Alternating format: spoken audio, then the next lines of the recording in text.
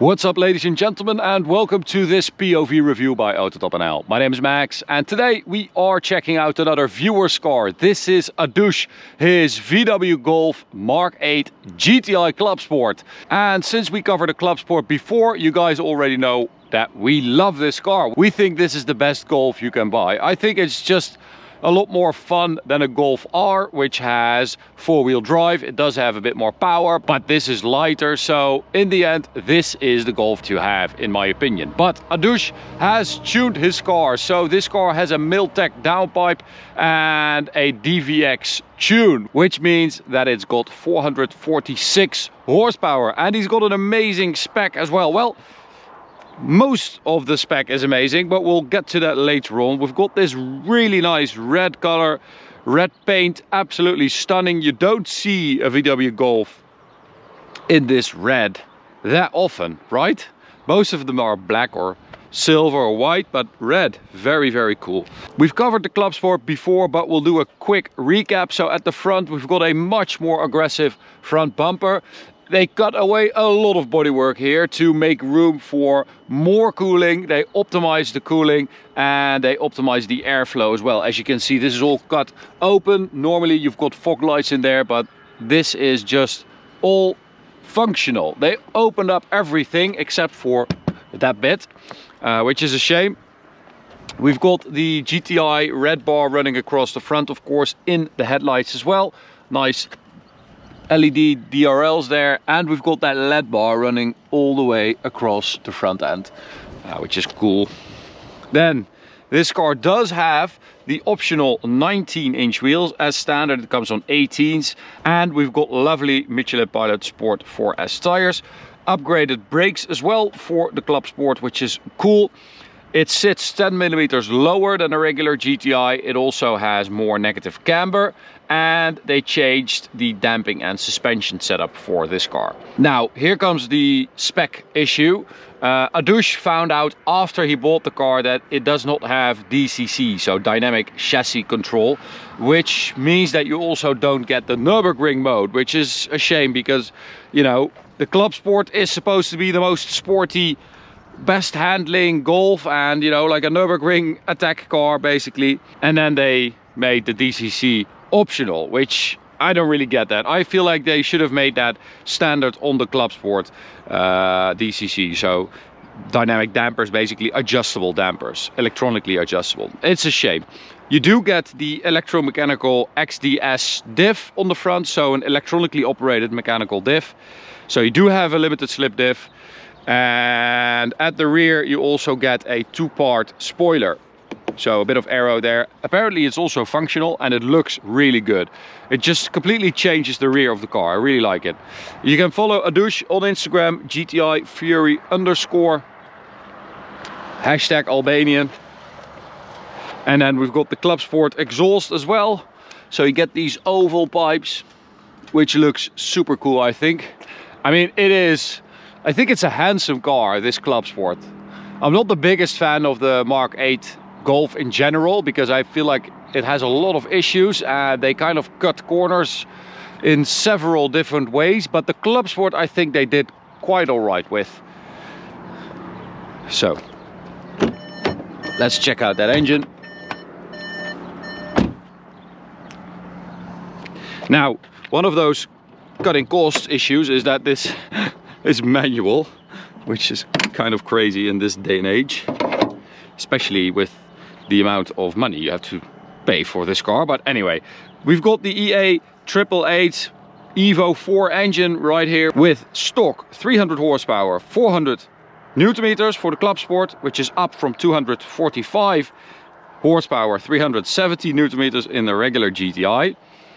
Keep up. Now though, we have a Miltech catless downpipe, an R600 intake and a DVX tune, which means that we have 446 horsepower, 525 Newton meters of torque, which is quite a lot. I think it's like right on the edge. It's just enough that you have a little bit too much power, if you know what I mean. So it's got just a bit too much, but that means that it is very fun. And well, it can cope with it. It does deal with it quite well, I have to say. You have a lot of wheel spin, but It's nothing you can't manage really. So quite a nice little bump in power there. There we go. So inside we have some very nice bucket seats in leather, perforated even, and look at that, just a one-piece seat.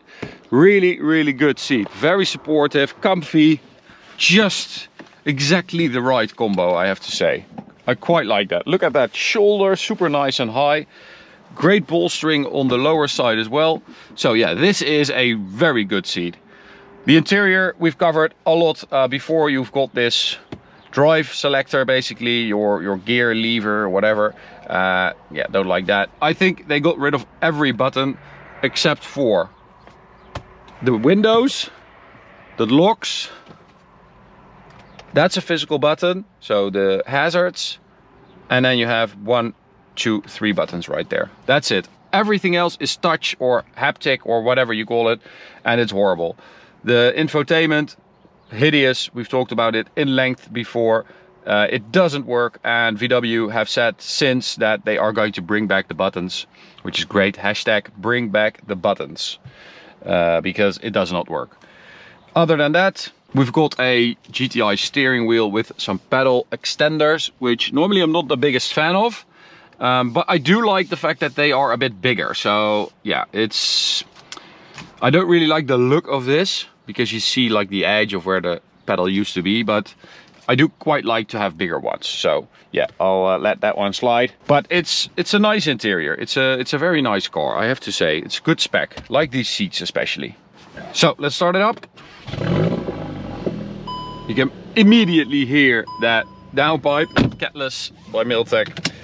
Definitely just spruces up the sound. It activates the exhaust, because a lot of hand stuff there, because the stock CLUBSPORT doesn't really sound like anything, and we drove an OPF back exhaust Mark 8 CLUBSPORT, which sounded a lot better already, but this definitely sounds, well, I don't know if it's a beautiful sound, but it's definitely a lot louder than before, which is a good thing.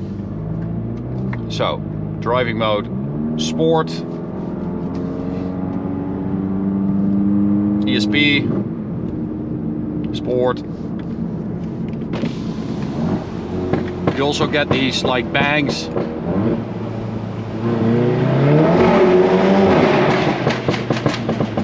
Which are very loud, and they go on a little bit too long. So I don't know if that is tuning.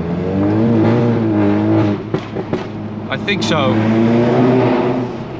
But the sound is so much better than stock. It definitely adds a lot of drama to it. As I said, there is a lot going on, a lot of power being put down. And if you turn off the traction control altogether,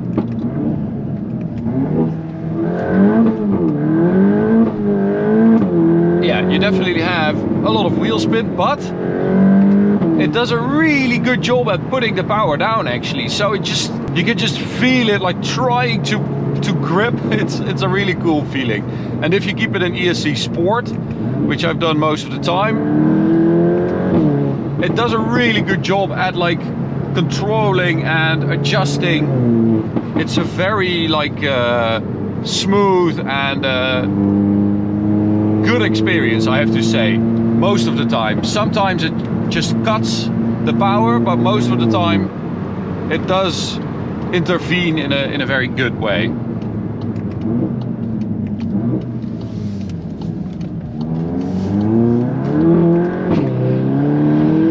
See, there we go. It's continuously like adjusting, braking, one wheel, the other wheel.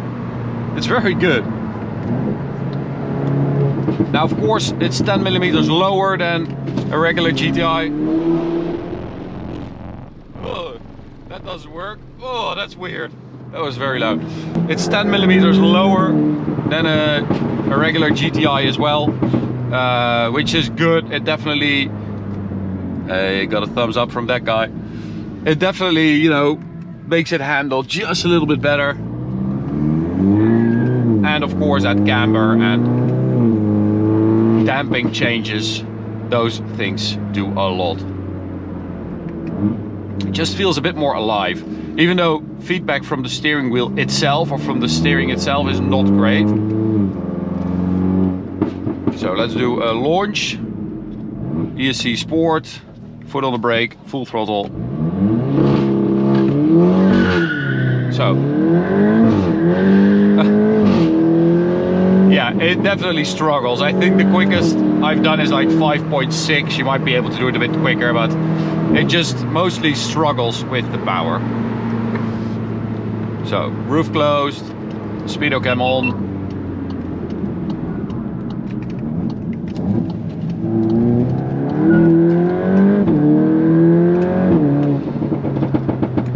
Dual clutch gearbox, of course, super quick shifts, but reaction to the pedal could be a bit quicker, but well, it's a good gearbox.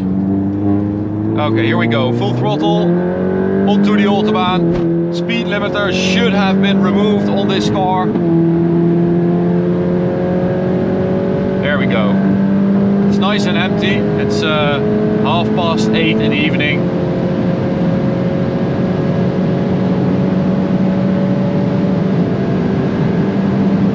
And the cool thing is that even at these higher speeds you can still hear that exhaust. Normally you just lose that sound altogether. But as you can see, it runs really well. It's quite a fast car. Normally they're limited at 250 kilometers an hour.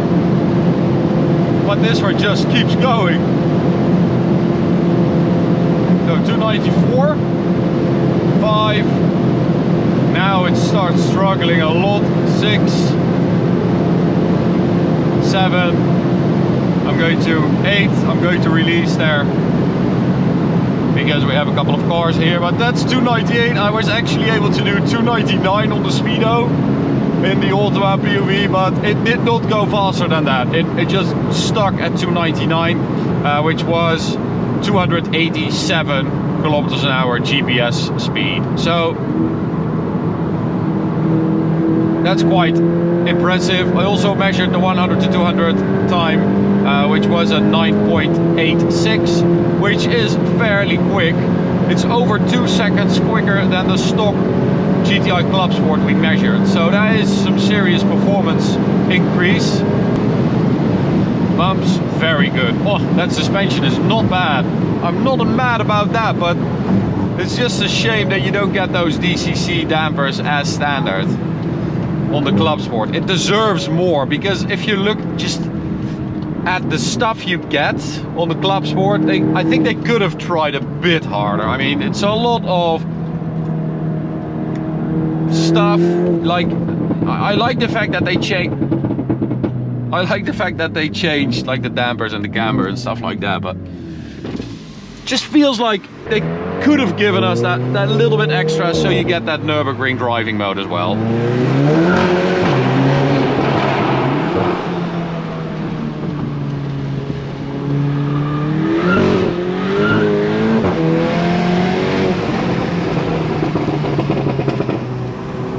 Yeah, it is a very cool car though. I really like it. Adush, thank you so much for taking it to us.